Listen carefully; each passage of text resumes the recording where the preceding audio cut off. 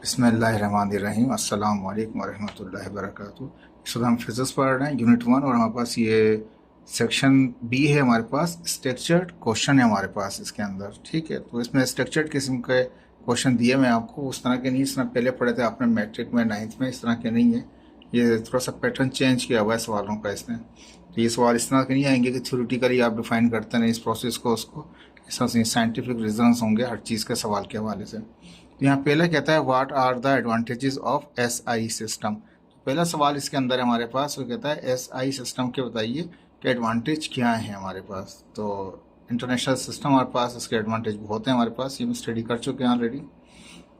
कहता है this system is use for scientific, इस सिस्टम को हम इस्तेमाल करते हैं साइंटिफिक वर्क के लिए, इंजीनियरिंग वर्क के लिए, टेक्नोलॉजिकल एप्लीकेशनों के लिए, and also provides the consistent and standardised way of measuring physical quantities को जो मेजर करने के तरीक़ेकार हैं, स्टैंडर्ड तरीक़ार हैं साइंटिफिक वर्क के लिए, इंजीनियरिंग वर्क के लिए, स्टैंडर्डाइज तरीक़ार है टेक्नोलॉजी एप्लीकेशन के लिए, उसमें ये एसआई यूनिट्स बहुत हेल्प करते हैं हमारे पास, उसके में इस्तेमाल करते हैं।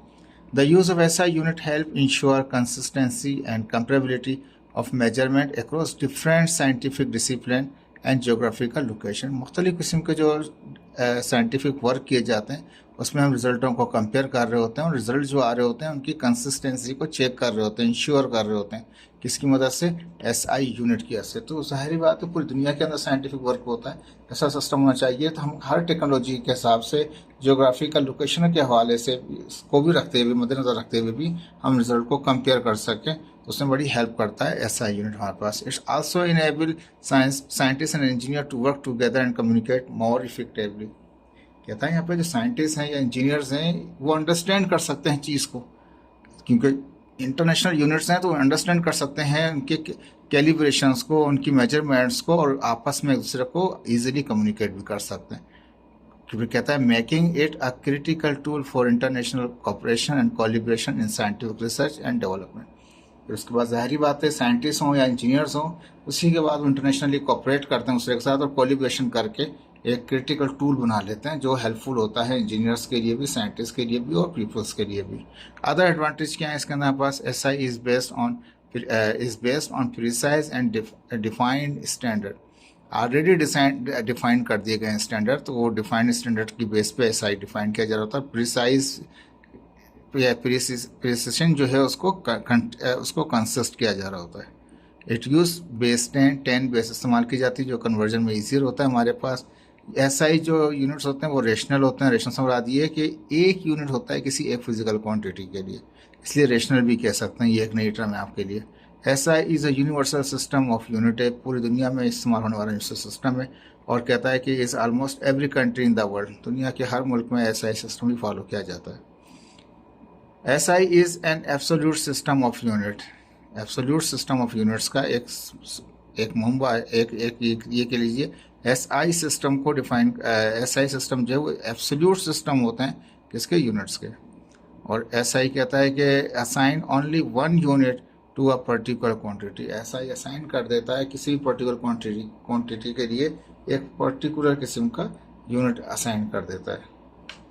देखिए नजर नहीं आया आपको छठा पॉइंट इसके अंदर, तो ये ठीक रहता है यहाँ पर।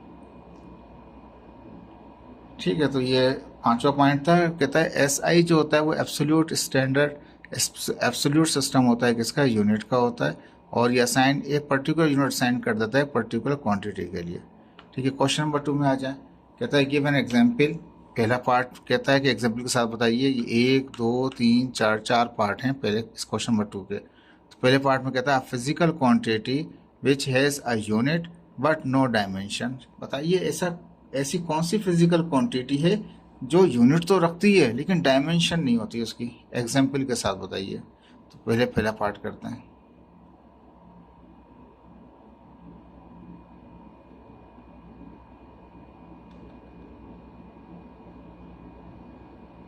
ठीक है, इसको थोड़ा ऊपर कर लिया हमने।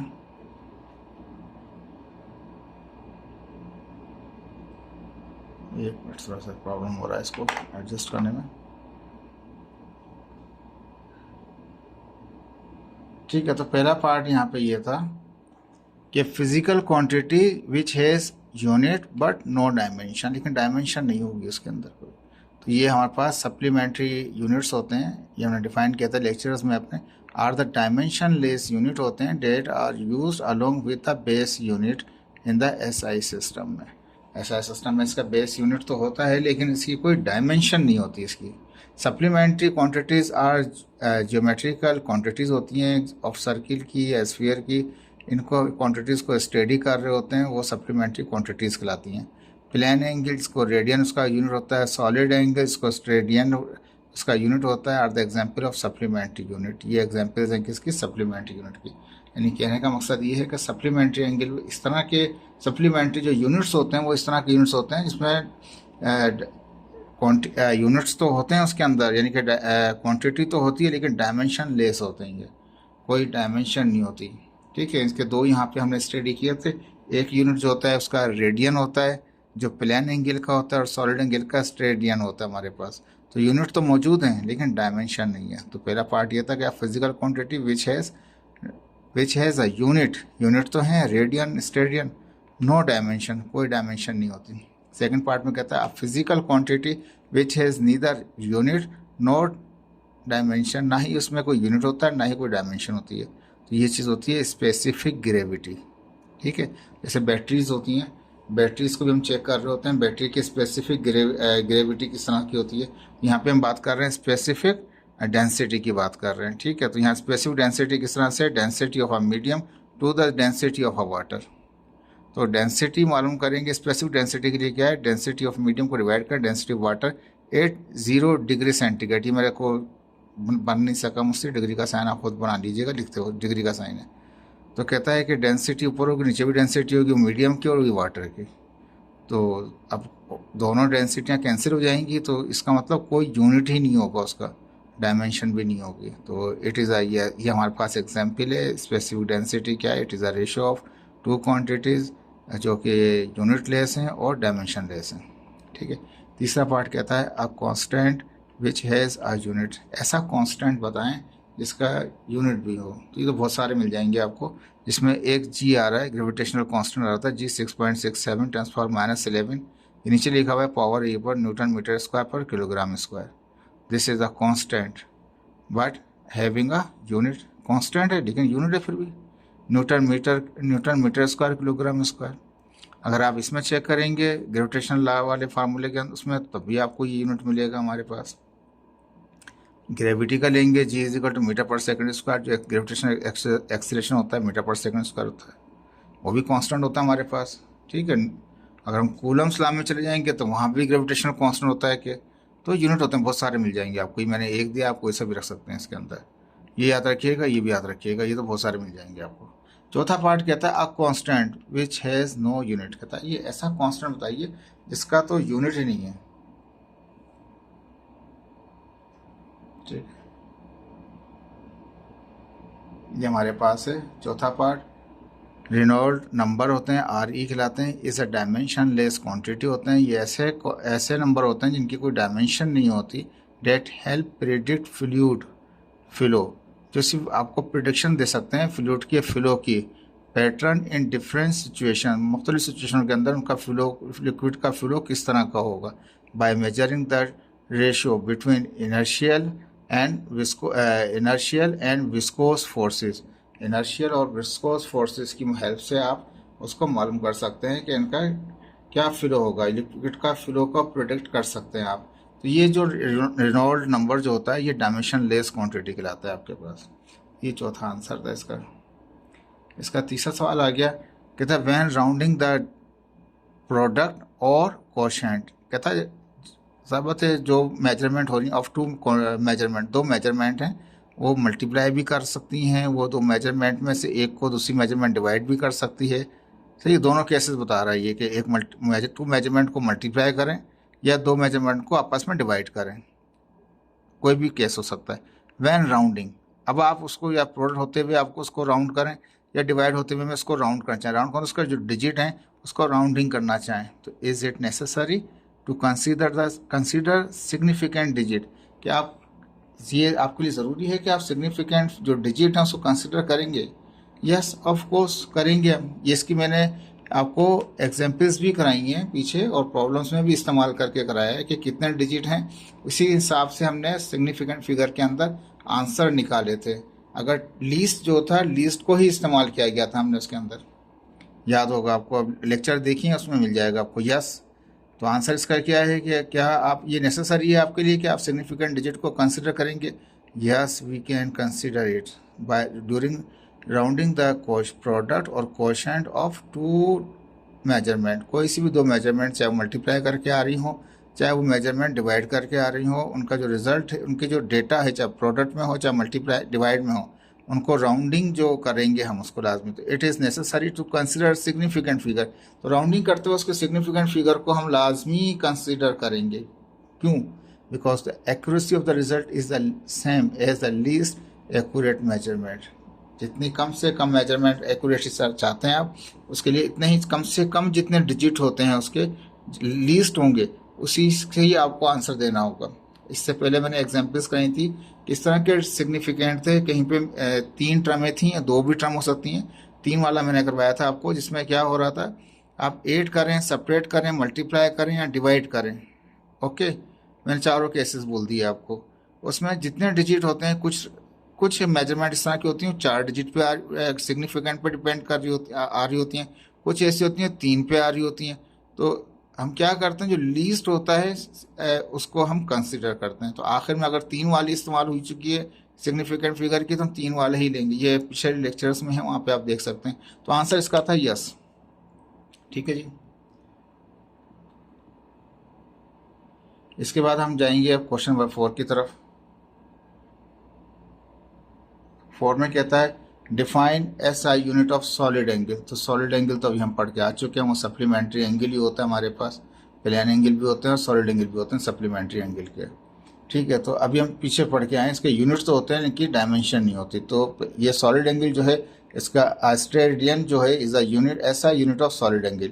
ये सॉलिड एंगल का यूनिट है एस आई स्टेडियन। ठीक है, it can be defined as the solid angle subtended at the centre. Centre से ये एंगल सबस्ट्रेट कर रहा होता है, सबस्टेंडेड कर रहा होता है सेंटर से of a sphere on by an area of its surface. अभी सरफेस पे इस तरह से नजर आता है, 3D के अंदर नजर आ रहा था हमारे पास, to the square of the radius of that sphere. यानी कि ये स्टेडियन हमारे पास ही है, ओमेगा की तरह बना हुआ है, is equal to area of the surface divide by radius of the cone. जो सॉलिड है, कौन है, जिस शेप में भी आप ले लें इसको, तो ये क्या है कि इसका 3D फॉर्मेट आएगा। जो एरिया ऊपर का है वो उसको डिवाइड कर दें रेडियस से, तो स्टेडियन एंगल निकल आएगा यहाँ से कि ये कितना एरिया है इसका। ठीक है, ये तो हमारे पास था क्वेश्चन नंबर 4। इसके बाद हम क्वेश्चन नंबर 5 पे जाएंगे। कहता है deduce the equation of the period of oscillation of a mass suspended on a vertical spring by dimensional analysis. ये एक अलग से है, इसको मैं दिखाता हूँ इसको किस तरह सॉल्व किया हुआ है मैंने। दोबारा रिपीट करते हैं सवाल को। ठीक है, क्वेश्चन नंबर 5 था हमारे पास। डिड्यूस करना था इक्वेशन को for a period of oscillation के ऑफ अ मास सस्पेंड। एक मास है, एक स्प्रिंग के साथ लगा हुआ है, सपोर्ट के साथ वर्टिकली हैंग है हमारे पास। बाय यानी कि डिड्यूस करें इक्वेशन को, इस इक्वेशन को आप रीज़न के ज़रिए, यानी कि कुछ फार्मूलाज के ज़रिए आप उसको डायमेंशन एनालिसिस कीजिए इसका। तो ये डायरेक्ट ये जो टाइम है, टाइम का यूनिट होगा सेकंड। तो यहाँ पे भी यूनिट आना चाहिए, इसका सेकंड आना चाहिए। तो ये इक्वेशन सही है, इक्वेशन तो ऑलरेडी ये सही है, लेकिन इसको हम रिड्यूस करेंगे, रीज़न दे के फार्मूलाज लगा के इसको हम डायमेंशन एनालिसिस से एनालिस करेंगे। ठीक है, अब ये दे रखा था, ये गिवन में था आपको, T is equal 2 pi radical M over K. T time period था, 2 पाई डायमेंशनल लेस कांस्टेंट है, एम मास है, के क्या है, वो स्प्रिंग कांस्टेंट है। अब ये स्प्रिंग कांस्टेंट आप मैट्रिक में पढ़ चुके हैं, वो फार्मूला था एफ इज इक्वल टू के एक्स। माइनस भी लगा हुआ था क्योंकि वो जाता है वापस भी आ रहा होता है। तो एफ इज इक्वल टू के एक्स था हमारा, माइनस मैंने ओमिट कर दिया यहाँ से, के एक्स। अगर हम यहाँ पे के मालूम करना चाहेंगे तो एक्स मल्टीप्लाई कर रहा है, एक्स जाके वहाँ पे क्या करेगा, वो डिवाइड करेगा उसको। ठीक है, तो एफ इज इक्वल टू के एक्स था, हमें के मालूम करना है तो एक्स वहाँ जाके डिवाइड कर देगा एफ। देखिए जहाँ जहाँ पे ये के है वहाँ पे हम पुट कर सकते हैं एफ ओवर एक्स। तो ये टी अपनी जगह पे, 2 पाई अपनी जगह पे, रेडिकल में एम है, पर रेडिकल एम है, के की जगह मैंने पुट कर दिया रफ में दिखा के कि एफ अपॉन एक्स, तो एक्स ये डिवाइड कर रहा है इसको, तो ऊपर जाके मल्टीप्लाई करेगा एम को, तो एक्स ने आके मल्टीप्लाई किया एम को, ठीक है, नीचे से ये डिवाइड कर तो ऊपर आके मल्टीप्लाई करेगा, नॉर्मल चीज़ है, ठीक है। इसके बाद मैंने क्या किया, जो ऊपर पहुंच गया तो 2 पाई अपनी जगह पे, एम अपनी जगह पे, एक्स अपनी जगह पे, एफ बराबर होता है एम ए के, तो एम ए लगा दिया, मास से मास कैंसिल हो गया, तो क्या बच गया, एक्स ओवर ए बच गया हमारे पास, ठीक है। T is equal to 2 pi radical X over A, applying dimension on both side, दोनों साइड पे। टाइम है तो टाइम का जाहिर बात है सेकंड होता है, लेकिन टाइम का डायमेंशन टी लिखा जाता है, 2 पाई डायमेंशन लेस है वैसे ही रहेगा।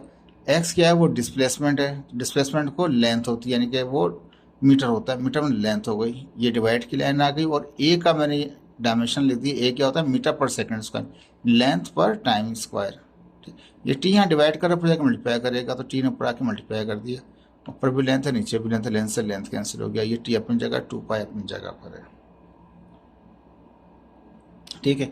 अब यहाँ पे क्या हुआ, ये लेंथ से लेंथ कैंसिल हो चुका था हमारे पास, टी यहाँ डिवाइड कर तो जाकर मल्टीप्लाई किया उसने, बाकी एल एल अपनी जगह थे, लेंथ ने लेंथ को कैंसिल कर दिया, रेडिकल में टी स्क्वायर, तो स्क्वायर रेडिकल को ख़त्म कर देगा, टी बाहर आ जाएगा, टी बराबर आ गया 2 पाई रेडिकल, ठीक है। हम जानते हैं कि ये 2 पाई जो है ये डायमेंशन लेस कॉन्स्टेंट है हमारे पास, तो ये क्या होगा, टी बराबर आ जाएगा, ठीक है।